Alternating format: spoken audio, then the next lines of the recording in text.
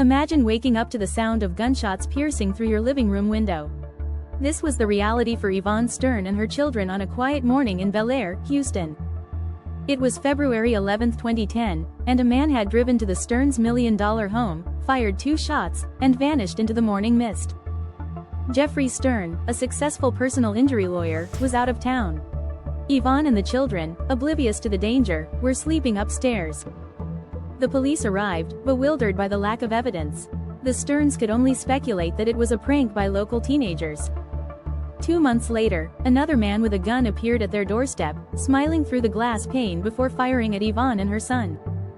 Miraculously, they escaped unharmed, but the fear was palpable. Jeffrey took drastic measures, installing bulletproof glass, iron gates, and surveillance cameras. He even hired a former Navy SEAL to train the family in self-defense, turning their home into a fortress. Despite these precautions, Yvonne refused to live in fear. She moved to a luxury apartment but continued her social life unabated. On May 5, while heading to meet a friend, Yvonne was confronted by a man in a parking garage who demanded money before shooting her in the abdomen. Wounded but determined, Yvonne drove to a nearby gas station, texted her husband, and collapsed. Jeffrey raced to her side, arriving just in time to see her being loaded into an ambulance. The investigation hit another dead end until a tip from an ICE detainee led detectives to Richard Gutierrez, who revealed a shocking plot. Gutierrez pointed to Michelle Geyser, an office manager at a small law firm, who had been recruiting hitmen to kill Yvonne.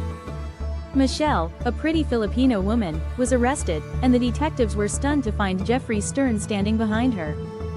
The case took a dramatic turn when Michelle confessed to being Jeffrey's lover and claimed he had funded the murder plot.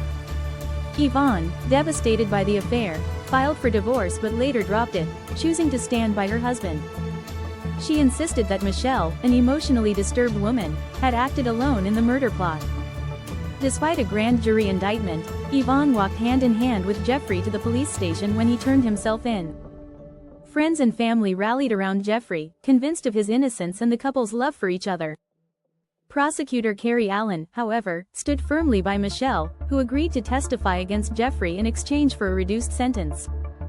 Jeffrey continued his daily routine, confident that the truth would prevail, while his lawyers prepared for a fierce legal battle.